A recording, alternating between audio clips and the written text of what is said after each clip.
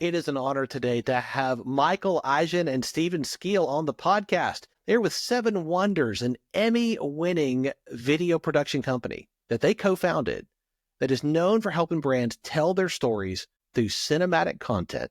Over the past decade, Seven Wonders has partnered with industry leaders like NASDAQ, The Atlantic, BlackRock, Comcast, and AmerisourceBergen, crafting high-impact visuals that drive brand authority and engagement. Recognizing the growing need for thought leadership in today's content landscape, Stephen and Michael launched Seven Wonders Video Podcast Program, a turnkey solution for businesses and executives looking to build authority through consistent, high-quality video content. The program combines cinematic storytelling with their Emmy-winning video production expertise, ensuring that clients don't just start a podcast, but establish a powerful media presence. Their mission? To make high-end video content scalable, helping brands cut through the noise and position themselves as industry leaders. Guys, I'm so glad you were here. Thanks for being on the show. Well, thanks for having us. And thank you. Before we get started, your voice, you could totally be a voiceover artist. Like Yes, a professional yes, voiceover yes, artist. yes. I was listening to that. I was like, that is amazing.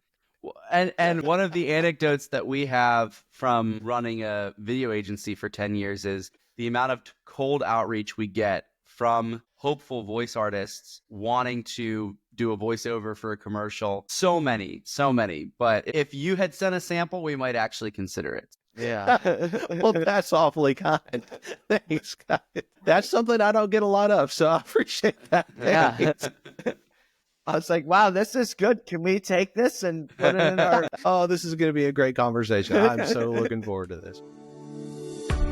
Welcome to Catalytic Leadership, the podcast designed to help leaders intentionally grow and thrive. Here is your host, author, and leadership and executive coach, Dr. William Attaway.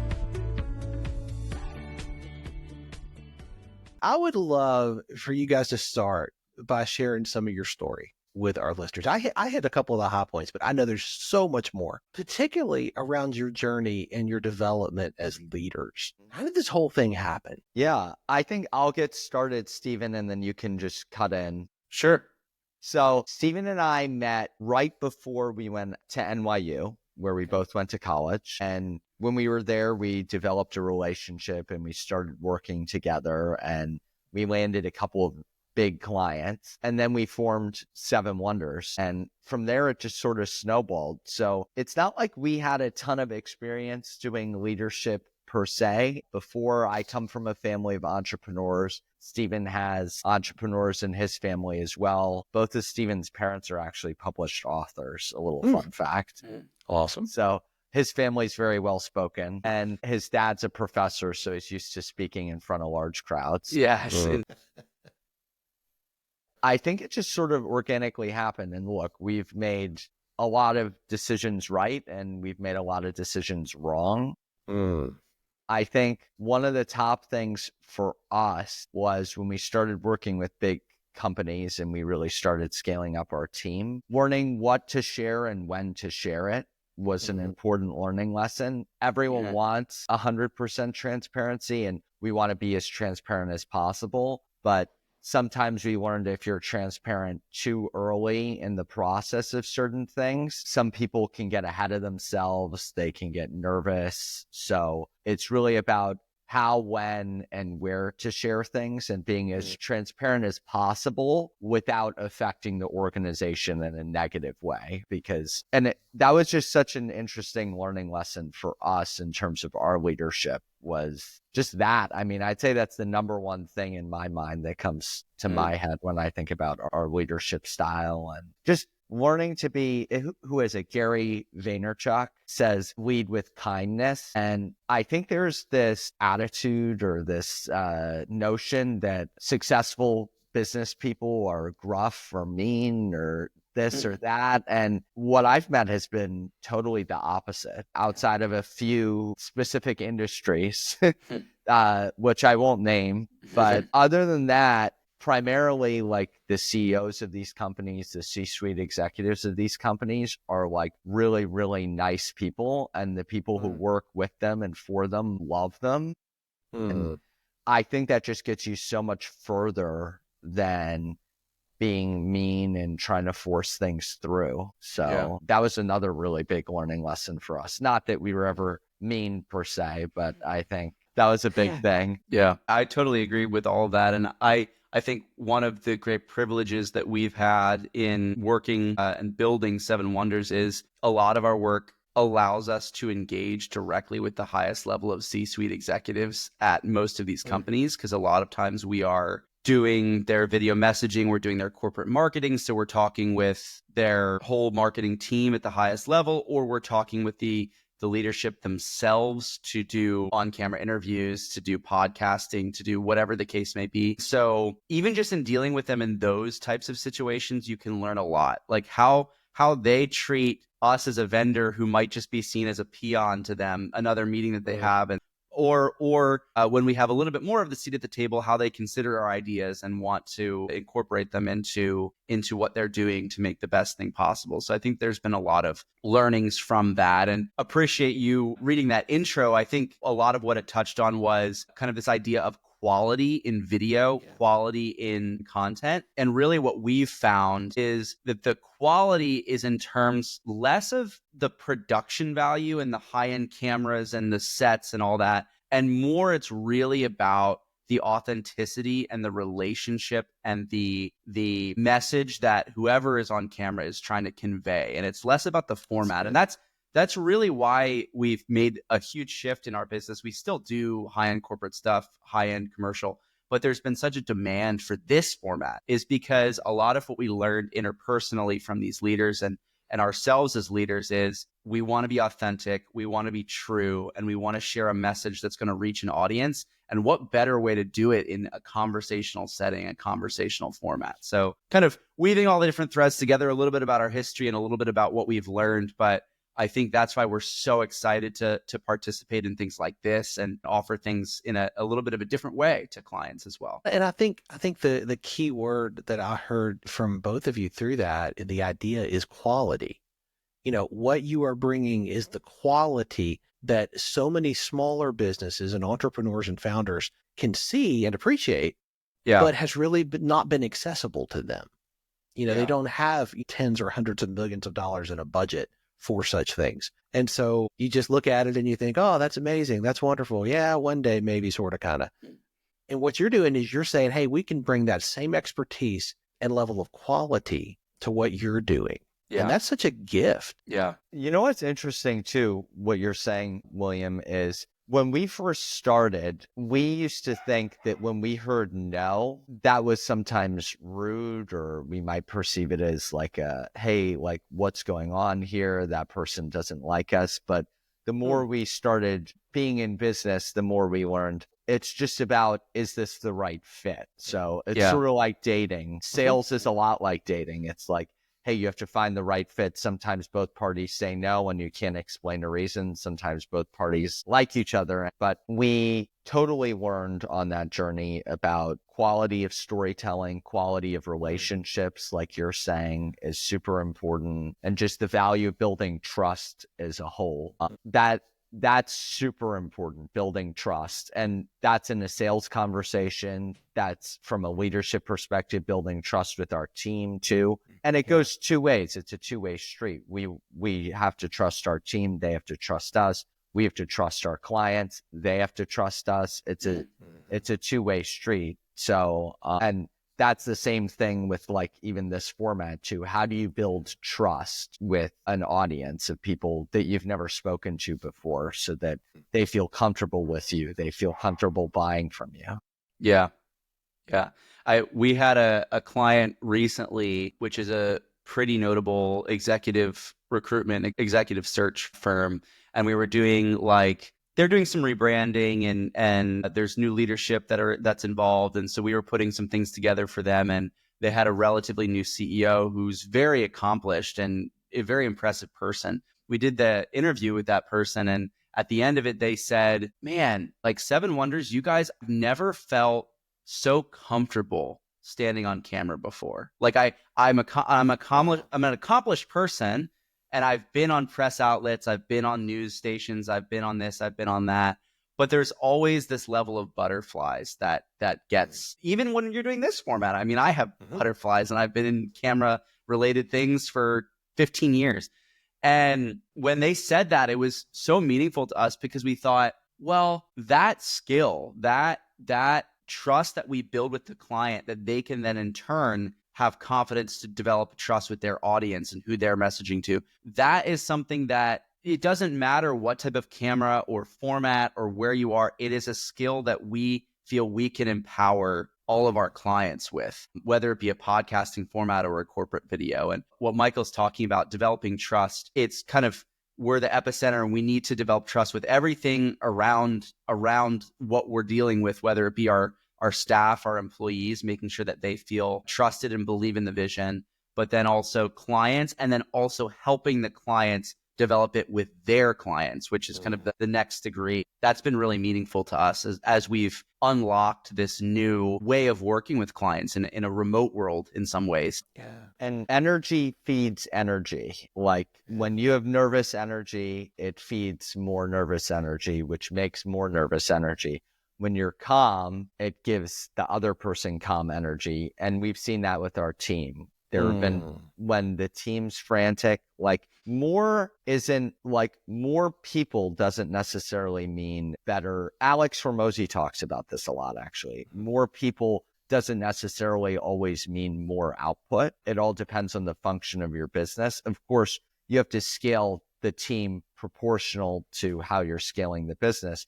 But there are other ways to scale too. There's ways of building out a contractor network. So you have to figure out what balance is right for your organization and make sure that when you're hiring, you're very intentional with the people that you hire. And there are people that see the vision, will talk about the vision in a proper way, because like, as we were scaling first, like there was toxicity permeating in certain parts of the organization, and people don't always want to be transparent with you about what's going on as a leader. I think that was another big learning lesson, is when you're the boss, people don't always want to tell you the hard things that they need to tell you. So you really have to figure out how to sniff things out without scaring people. Because I think I would always think I'm not a scary guy. I mean, I'm like Mr. like friendly guy. No one's scared of me, but like people oddly are scared of me. And like that just comes with the territory. And I remember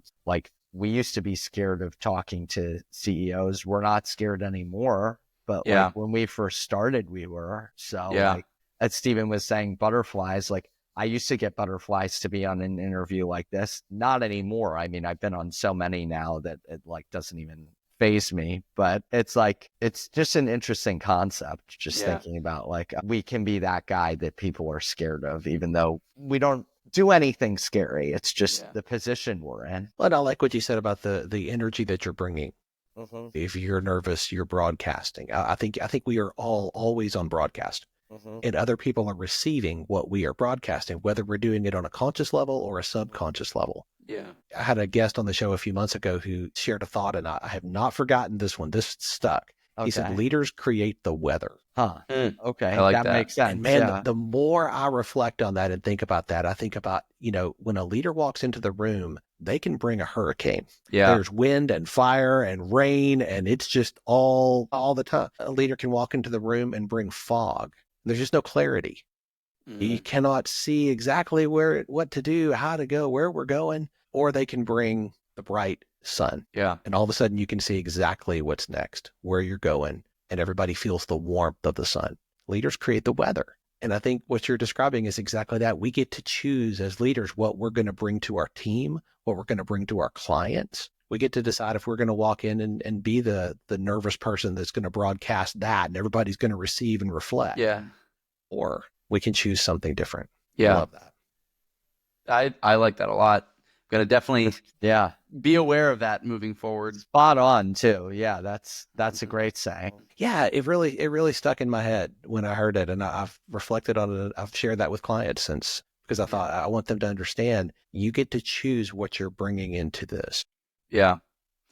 I another thought I had on that, and related to something that Michael said earlier about hearing no in the early going, because I think the challenge with the responsibility of being the weather, bringing the weather is, okay, but then how am I feeling empowered or confident about what I'm doing? Like sometimes when I bring the hurricane, it's probably because I have a just reason to be frustrated about X, Y, Z. And so, and one of the causes of those types of frustrations is hearing no on a sales call, hearing no from a team member, hearing no from colleague, whatever the case may be. And I think what Michael and I learned, especially in the more recent years, is for an entrepreneur, and this is for a leader, but also just for someone responsible for building the business. No is a tool. No is a tool to chisel away at what you actually have that's of value.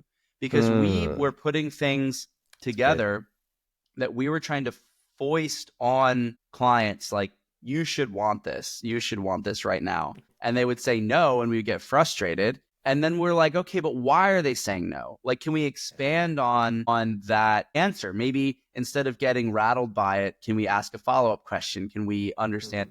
And I think that that's really what led us down this road of offering something that's tremendously scalable and of value. This podcasting format is hearing from that executive search firm, hey, you guys really bring a lot of value to making me feel comfortable on camera. Like, okay, there's something that they want. Okay, let's start there and not try to force something that they don't want. And I think that that's relevant both to clients, but also to team members too. If team members are telling you no, sometimes you have to say, well, that's the world we live in, and you're going to have to accept it. Other times it's important to hear what they have to say and really workshop something as well. Yeah. And I'd say sales always comes first was another thing we've learned too. Like sales comes first over everything else at the organization, unfortunately, because there's no organization without sales. So as much as you want to do everything else for the business, if you don't have sales, it's not going to exist. So that has to be number one in any organization. And I think the other thing is you have to listen to what your clients want, not what you want them to want. Yep. So like that's really good. So there's this big sense of like, well, I wish my client would want this thing, but they don't. Right. So then there's often a disconnect there. So you have to find out what the client wants and make sure they're happy. And that's the whole point of being in business, is to make sure your client's happy. So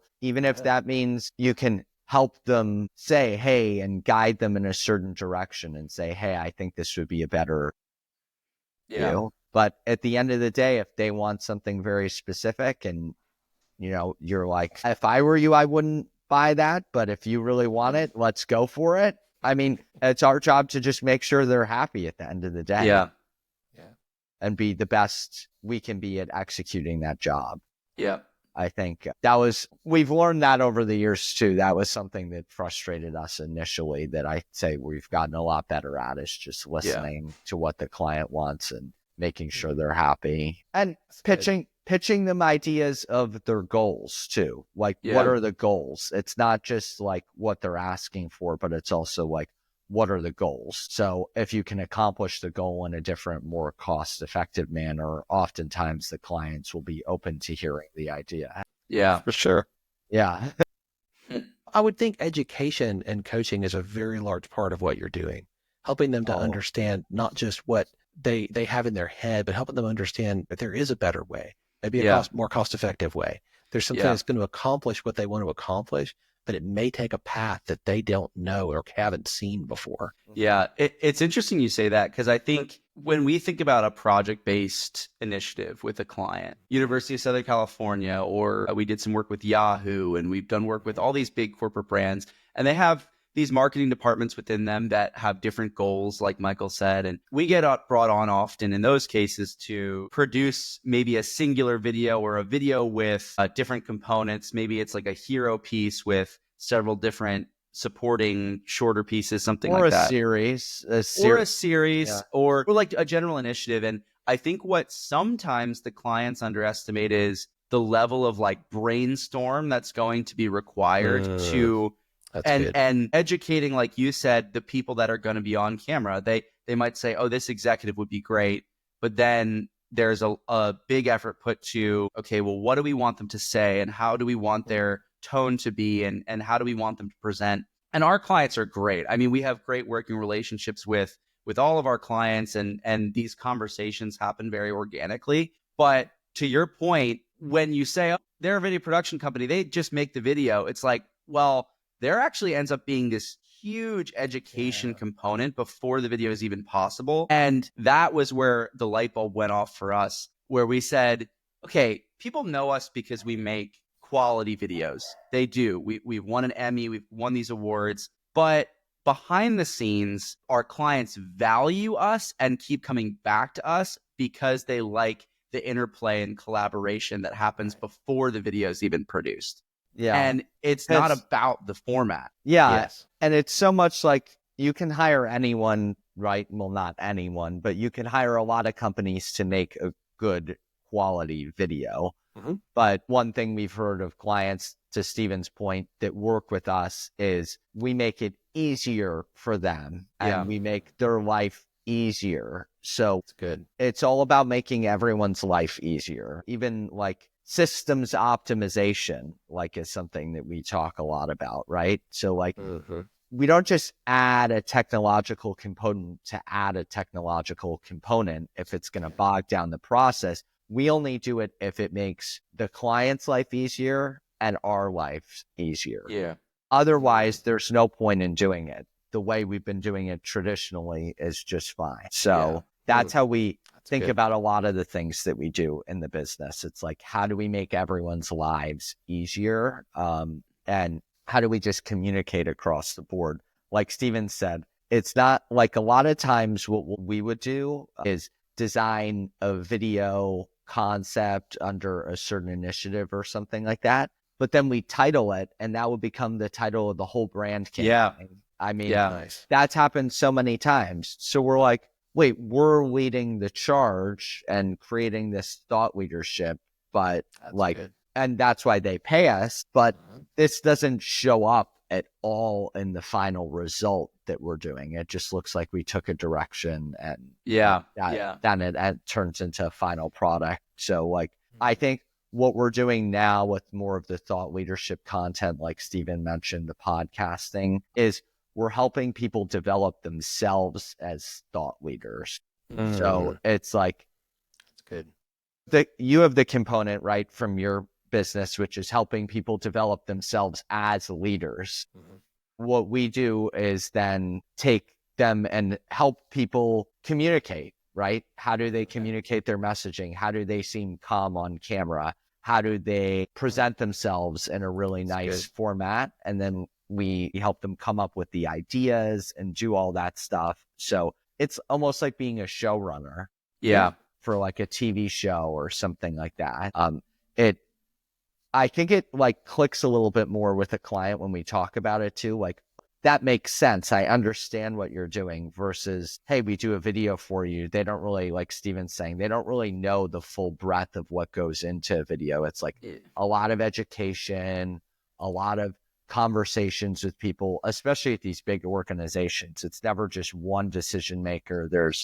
We've been on calls with 16, 17 decision makers. And it's like, they all have different thoughts. So we might have one or two people from our team on a call, and they have to wrangle all the decision makers, help them make a decision on what direction to go in. And we're all on a deadline, and these budgets aren't huge budgets. So now we're working with all these factors. It can be a lot. And that's where your expertise comes in. And this is what you bring to the table to help them so that they can focus on what they do. And I think that's key, particularly with thought leaders. I mean, they're really good at something. They're really knowledgeable about something, and they want to bring that value to other people. And you help them to present that in such a way that expertise shines through clearly. So that they're not having to figure out, hey, I got to make sure I stay on top of things with my area of expertise, and I got to learn all this other stuff too. You come in and say, no, we can handle that for you and actually help you level up. Exactly. It's like hiring a trainer when you go to the gym. You don't have to think about what you're doing at the gym. You just show up and you work out. Absolutely. And the end result is going to be like better. This is why Exactly. people hire me, right? They hire a coach because they want somebody who's going to help them go farther, right? In a faster way than they could have on their own. Well, and I think there's also a component to it, which I'm sure you see in your business, where the leaders that are hiring you appreciate that there's an external perspective reflecting on them that they can't see themselves. That comes into play a lot for the video podcasting format as well, because sometimes entrepreneurs and leaders at all different levels will say, I can figure this out. Like, I can get a camera, I can get a ring light and a microphone. And yes, you can. And we empower you to do that. Like, we have resources on our site to encourage people to do that because we really believe in this format. But the consistent feedback that we get when we start working with clients is, I didn't even know I had that facial tick, or I didn't even know I said a lot, or I said, a lot. And I didn't even know that if I were to put a hook at the beginning of my episode instead of just going into it, it's like, that's where we give you the feedback. We put things together for you. We do the editing. Like Michael said, it's you show up and then you're chiseled abs when you walk out. Hopefully. Yeah. And coming up with the ideas too, right? The part of storytelling is, what is the inception of the idea, right? Yeah. If the whole point of the episode isn't good, no matter how good you are at speaking, it's not going to be good, and no one's going to want to watch it at the end of the day anyway. Yeah.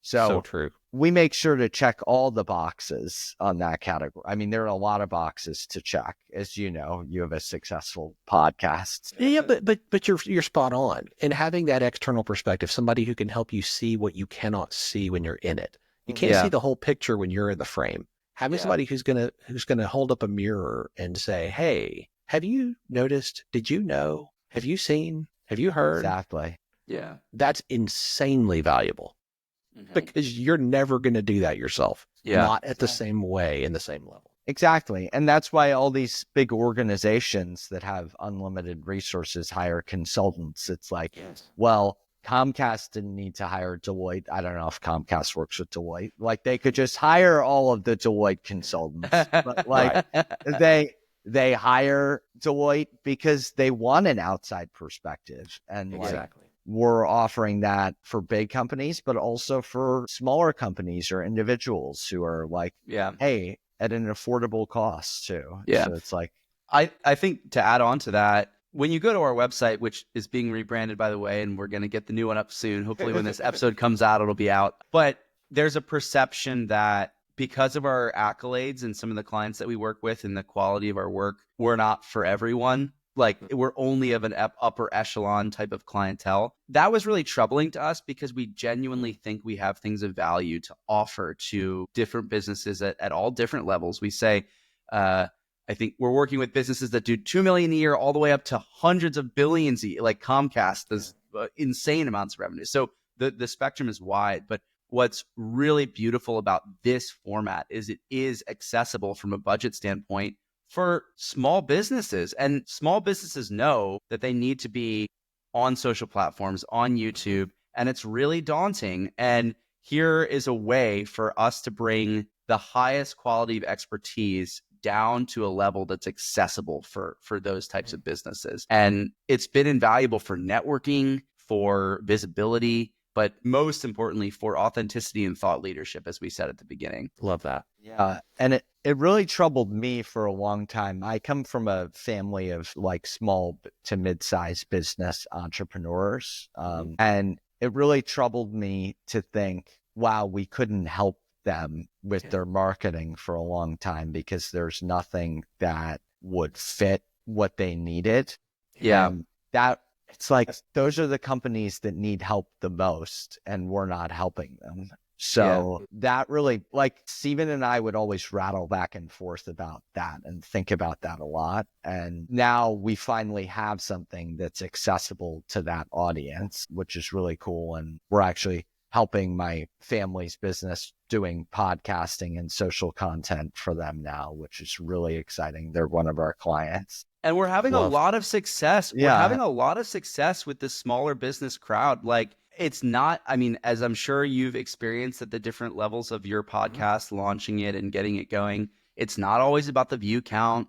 It's not always about the listenership. It's about who were you able to talk to that day? And did that person talk to someone else? And our goal is to achieve our clients' goals. It's not to get vanity stats necessarily. I mean, if there's 100,000 views, amazing, but we're not going to promise that to clients. It's more about, did it open a door for you in some way, shape, or form? Yeah. And it has for us. It really has, doing our own show, open doors. I mean, what I said the other day was we got 500 views on one of our social clips, which is okay. I mean, that's not over the top or anything, but I ended up getting someone messaging me saying, hey, I want to work with you guys from just a 500 view video. And it's like, you could have 1 million views and not get one lead, or you could have 100 views and get one lead. If it's the right audience, right? Yeah. Yes. Yeah. Because Exactly.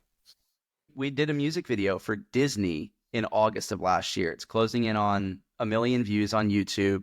It was #1 on Billboard. The album was #1 on Billboard. We got some interest from clients, just, wow, that's so cool. And it was a really cool experience. It really was. It was a lot of fun. But it's so funny that in 1 million view video for one of the biggest powerhouses in entertainment may have started 1 or 2 conversations, and here Michael's showing his 500 view video.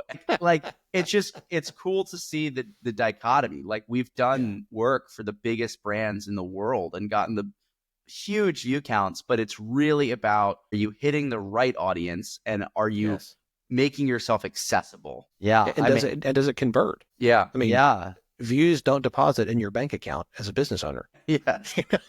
That's so true. Is it converting? I mean, that's really, I think, what most thought leaders and business owners are after. Yeah. It's not the vanity metrics, and I love that phrase. Yeah, I mean, and at the end of the day, marketing is all about getting more leads to the sales team. That's the whole reason marketing exists. Like, and brand awareness, right? Like, I mean, the whole point of brand awareness, I know it's like top of funnel, but it's like the whole point of brand awareness is hopefully eventually to get people to buy more. So it's like, the better you can do that, the better everyone is. And of course, the more cost effective you can be doing it, the better it is also. So Yeah, absolutely. I mean, I would say I don't know if this is true. As for right now, Stephen might dispute this, but like, I'm going to say within the next probably 2 months, we will probably have gotten more leads from our podcast than we will from winning an Emmy and saying we won an Emmy. Yeah. I mean, it's kind of hard to measure, but I would like, because, someone might have seen that on our website and been compelled to reach out. But I would agree that I would frame it as 2-3 months from now, the podcast will be the clear #1 lead generation mechanism we have, I would say, for sure. Yeah. And I know, William, you said that about yourself too. Yeah. Hasn't it become that? Absolutely. There's so many different venues that you try to push out, social, right? I speak on a lot of stages, right? I write, I coach people, and there's referrals that come from all of those different places. But the podcast has opened more doors and started more conversations and resulted in more conversions than anything else we've tried. Wow. Now, just a curiosity, because we're analyzing these stats for a lot of our clients, where do most of the leads come from the podcast? Is it people that have just seen an episode that reach out? Is it just the people that you had as guests that then say, I love that experience? Or is it just kind of a mix? Yes, it's all of the above. It's even guests who will tell other people who then reach out after they go listen to an episode. Wow. And then come back around and complete the circuit. I mean, it's fascinating because it's really about relationships. Yeah. When I'm talking to a group from a stage, it could be 500 or 1,000 people. It doesn't matter. What are you trying to do as a speaker? You're trying to build a relationship, right? You're trying to make a connection. And if people feel that, if you're able to accomplish that and make that connection and people feel it, then after the talk, when they see you, in the hallway or whatever, and they want to have a conversation because they feel like they know you. Yeah. That's exactly what a podcast, I think, does, but writ large. Yeah. You're not limited by geography. You're not limited by where you physically are located. All of a sudden now you have the ability to build those relational connections with anybody. Yeah. Especially because it's omni-channel, right? Like you're doing it audio only. You're doing it on YouTube. You're doing social content. You're doing blog content. I mean, that was always a challenge for us with the project-based work. Is we would spend months and months putting this incredible video together. It looked beautiful. It's 4K. It's amazing. The nicest lenses. And we'd give it over to the client. They'd be stoked about it. They'd love it. And then they'd say, okay, so what do we do with this now? And we say, gosh, and then it'd get posted on YouTube and get 3 views. And we'd be like, you need to have a plan in place to have this get to the right audience. But we don't, our system isn't built to get you that plan. Whereas with the podcasting, it totally is designed for that. It's designed for multi-channel release. It's designed for multi-format release too. Static content could be generated, blogs, newsletters. So, and we're doing the social posting for our clients too. And we're helping with all that stuff now. When you have one video, you have to do all this complicated media buying and stuff to make sure that you get the ROI from the video. But when you have it like this, you can do some media buying, but you also do, like Steven said, omni-channel release, and it's just organic that things start to pick up a little bit more. So it's really exciting. Let me ask you this. You guys are leading at a higher level today than you were 5 years ago. And 5 years from now, your team and your clients are going to need you to lead at a higher level still. Mm-hmm. Okay. How do you stay on top of your game? How do you level up with the new leadership skills that your team, your clients are going to need you to have as you are leading them into the? Mm-hmm. I have a thought on this first, if you want to go for it, Steven. Yeah, absolutely. I would say largely to this point, especially in the last couple years, maybe the last 5 years, we have been servants to the organization as opposed to the organization serving us. And the reason for that was because with largely project-based work, and we're in an industry that goes through a lot of fluctuations. Obviously, there's strikes in the union world and all this other stuff related to the entertainment industry that makes it volatile. It's very hard to predict where you're going. Luckily, we have been very fortunate to continue to grow and have stability. And I think that that's something that Michael and I put a lot of thought into. But the way that we were able to have that stability is because Michael and I put on our sales hats and we get to work and we put our nose to the grindstone and we really, really work hard and we're serving the organization. The biggest change, the biggest thought change in the past year or so, and really especially as we've been doing this offer that benefits clients in a much more recurring type of way, where they get ongoing consistent value as opposed to a flash in the pan type of value that's gone in a second, is it allows us as leaders to be freed up to be outside of the business and building it from the outside and not be servants on the inside. And that change based on benefiting clients long-term in an ongoing way, and obviously for us internally, recurring revenue, more predictable, streamlined processes, we are poised for the next 5 years to focus 100% on scalable sales and systems optimization that will allow us to be better leaders. So much of our energy over the past 5 years has been consumed with the business needs this, and we need to jump in and we need to jump in. Versus now it's, okay, we're building a structure that will benefit clients long-term. Our systems will be on a conveyor belt. That doesn't necessarily mean we're not going to have white glove service. It just means it's going to be a lot more strategic and repeatable. That allows us to be freed up to really be architects of the future and be better leaders to our team, better consultants to our clients, and better just overall people, I think, too, because we're not so bogged down. Yeah, I completely agree with that. I think when a leader is overly involved in the business to the point at which they have to be involved or the business will fall apart, I think that does sometimes cause some problems for client fulfillment, unless it's a really small shop, right? And then that's a different category of business. But for us, when we're thinking about the clients getting the best results, it's not necessarily always Steven or I who are getting the clients the best results. We have an amazing team that can get the clients the best results. So when we can systematize things more, clients are going to get more out of the money that they're spending with us. It's all about maximizing everyone's time. Like I was saying earlier too, it's maximizing Stephen and my time so that we can think about what are additional offers that we can give to our clients that are going to give them value. Yeah. How do we get our team to be as optimized as possible so that they're happy when they work with the clients? Because like at the end of the day, when you're crunching a timeline and you're crunching all this stuff and you're crunching the numbers, the clients end up happy-ish, as happy as they can be, but it's not always they're enthused about the product. The employees end up complaining, and Stephen and I end up crunch. So it's like everyone kind of loses in that scenario. Yeah. So there are business models where everyone wins. So it's as much as possible for us, like Stephen was saying,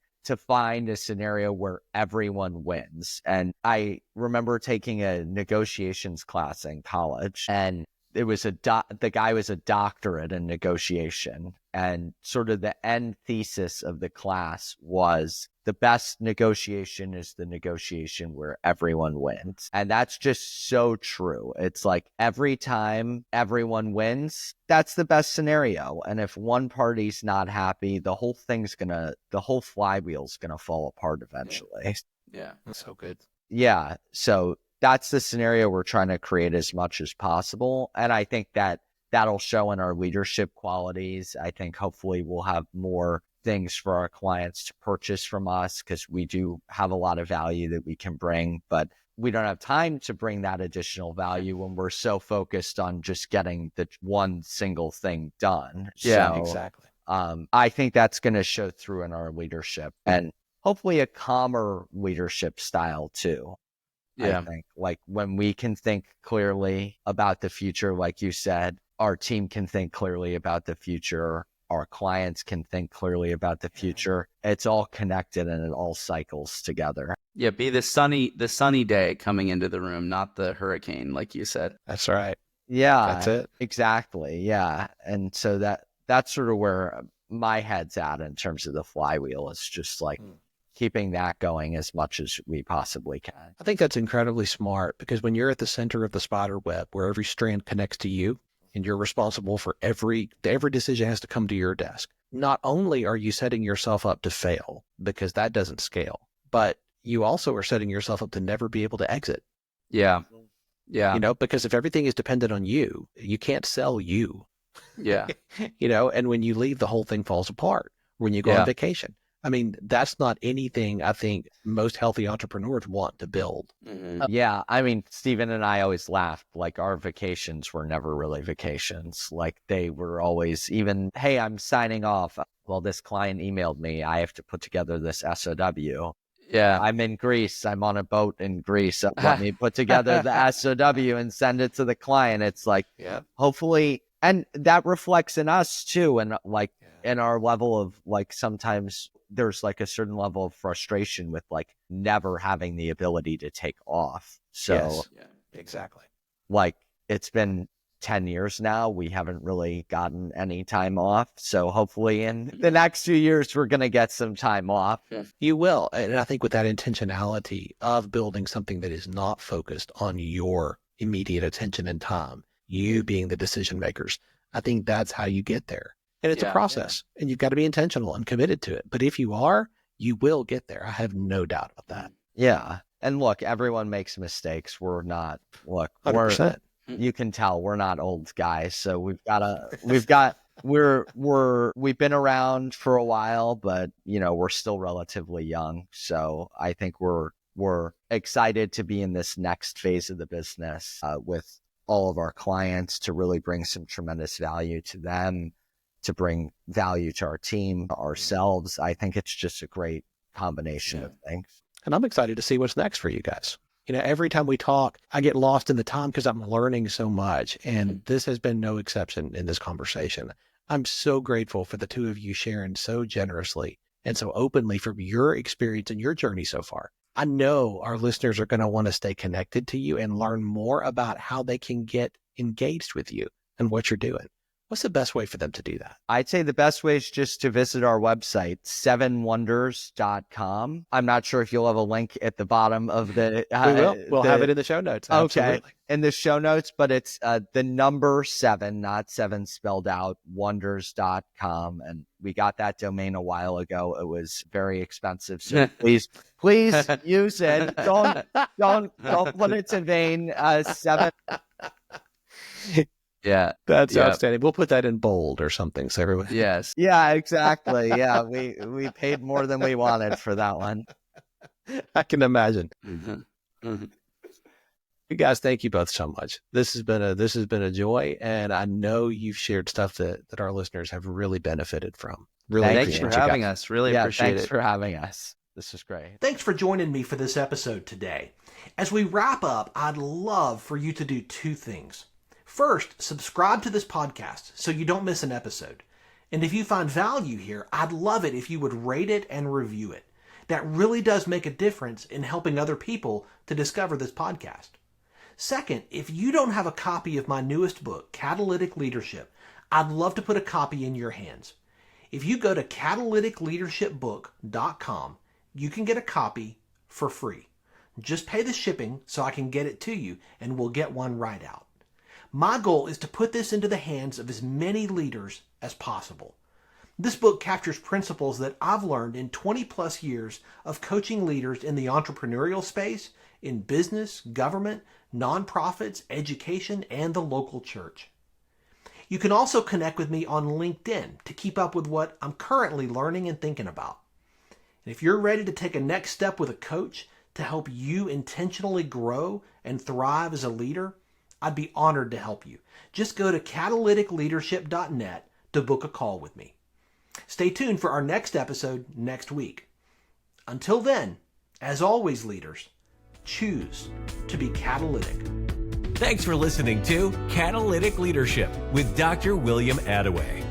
Be sure to subscribe wherever you listen to podcasts so you don't miss the next episode. Want more? Go to catalyticleadership.net.